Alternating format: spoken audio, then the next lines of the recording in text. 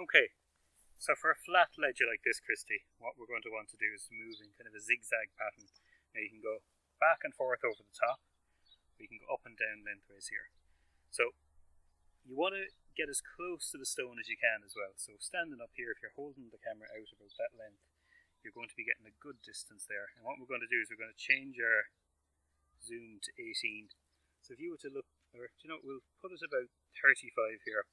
If you were to look down through that, you're going to see that we can see from this side of the stone here over to that side. Oh yes. So we're seeing as much of the stone as possible. Now, as we take a bunch of photographs, we're going to overlap those. Now, our shadow is going to be on the stone here. So one way to come up with that is that we can step back all together. And if you keep the camera roughly about this height, you'll be getting as much of the stone as possible. And take one step, and we're shooting at an angle onto the stone.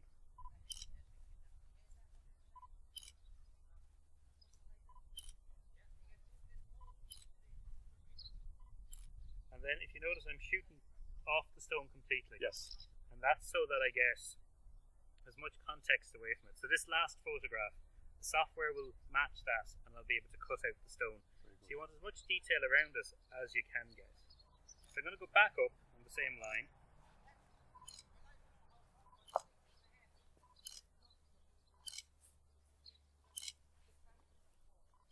Now I'm going to move the camera up like this. I'm going to get you then to do the same thing. Don't worry too much about your shadow getting in it. If you can pull back and keep your arms at length, you should be okay. What you're actually taking now at this stage is the far edge as such. Yeah, we're kind of shooting here. Yes. Roughly. All right. So if you look through the viewfinder, you want to make sure that the viewfinder is centered here. Yes, I can see and then move all the way down. And if you can keep your eye through the viewfinder if you're not too comfortable kind of knowing where it is. Perfect. Took two there, I think. Yeah, so it's one step, one shot. Oh, that's my heavy finger now. I'm not used to your really good camera. Mine is a little bit more manual. But the second shot there won't really make any difference, will it? It won't make too much of a difference. If we wanted to take it out, we could. If you've got enough overlap in your photogrammetry, those two shots won't bother us at all. Okay. The important thing is to keep moving. I've got two there. So. And now if you come back up and do the same thing again. No, so go back to where you were. Okay, I take it from... Take it from there. So each... Oh, take it back again. Yeah. Yes. Each photograph needs to match to the previous photo. Okay, so it's as if I was... And I'm taking the farther edge now, or should I move back? No, you're still kind of taking the centre there, and then we'll move over again. Okay, right. Yeah. So we're taking two passes of each. Two passes of each, so we can get them from two different angles. Oh, perfect. So, and the sun will help us in this.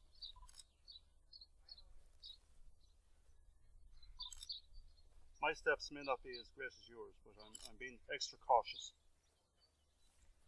Now, for a stone like this, you're going to have anything between 60 and 100 photographs when you're finished.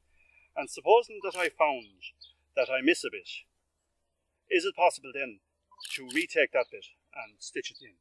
If you haven't gone home and realised that, if you suddenly realise before you go that there's a corner missing, you can take it again and add it into that photo set. Okay, but not other than that. But you can't come back another day and add it to an older photo set. You can just record it again. And they take about 5-10 minutes to record.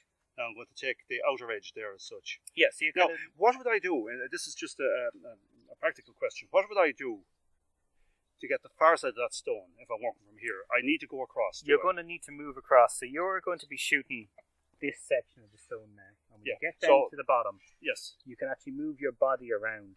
So when you get down to the bottom of the stone, okay, you're going to be standing over here where I am. Yes. So you'll take a photo here, and then you'll stand over here and go back, and you'll be able to tilt the camera then and come back down this edge. But I'll be using the camera in the same orientation. Yeah. That's still be the top of the camera. Yes. Or can I actually turn? No, I can't turn the camera. No, you can't turn the camera around. No, that's where I'm going to have the phone. Yeah, that's perfect. Now I want to just get this lined up again. Now I have that. So you want to make sure that you've got you can see probably back. That's just about where I am now. That's perfect.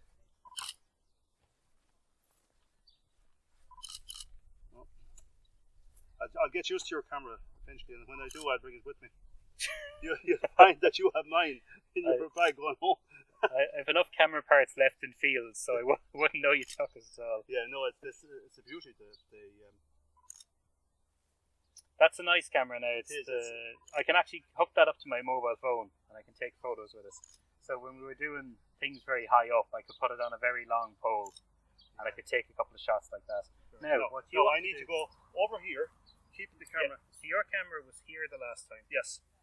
And you were looking at it. I can even just look now at the picture that you took. So, yeah. So you had this in the centre of your photograph the last time, which is fine because you're shooting completely off the stone. Yes. So what you do is come over like that. Okay.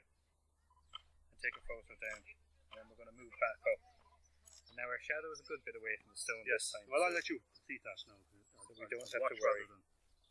And these are very significant stones. They're 17th century. There are 3 17th century grey slabs here, which crosses with Step Calvary base, and this one has a boat on it, possibly hooker, not quite sure. And then it has a nice inscription in false relief. So potentially now, just knowing this type of stone, that inscription is going to be very hard to read, even with photogrammetry. Yes. But the carving's going to come up lovely. Now what I'm doing at the moment is we've moved back up, and you were asking how we get from one edge to the other. Yes. There's a lovely edging on this stone. We can actually see the full ledger. So I've just turned the camera angle sideways, and I'm looking through.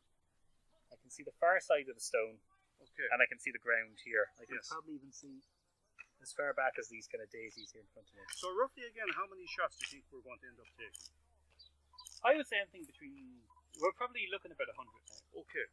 Because I'm going to go back over the whole thing again. Yes. Because... Not because you did it, but because I find that it's better to go back again. And you want to get as many different angles. And I'm going to show you a different... So we went up and down that time. Yes. We're going to go back and forth this time. Okay. So you can do either way. I call it the zigzag pattern. Yes. So we're just going to cross over the stone. So it's 1, 2, 3, 4, 5, 6. And my shadow is on the stone there. I'm going to pull it back a little bit. 7. So we've got about 7 shots over that stone. And that we can see from that edge over to this edge. So I'm going to step up one. But even though we're saying that the inscription might be hard to come out, you will get the inscriptions out on stones using this. You will get the inscriptions if it's just covered by lichen. Yeah. If it's not weathered away. Yeah, but this one is, and that's one of the problems here. And that's limestone here is quite. That's when you're doing graveyard recording. It's one of the downsides. The one that you always want to read is the one that's been lying face up for years. It's the one that nobody can read. So you can see here that when I cross over, my shadow goes on the stone, and I just walk further away, but I try not to move the camera. Okay. So if you watch now this time, my shadow is going to go onto the stone, and I leave the camera where I was, and I walk away from my shadow is out of it. Very good. And then it's just a matter of repeating that process back. So we're about what 4 photos up, and we say we're taking about 7 photos across each time. So you can see how the numbers go up very quickly. Yes. You don't have to count the numbers. You don't need. No. Just to ensure that you know that you have. Yeah. That if you went home and you had 60 photos and you wondered why it didn't work, it's probably because you only have 60 photos. If you went home and you had 100 photos and something didn't come out, it might be another issue. It might be it was too bright. Your images are overwashed or they're too dark. So there's a small learning balance that you need. If this was a wet day, or if this ledger was wet, which ledgers are often very wet, would you get results?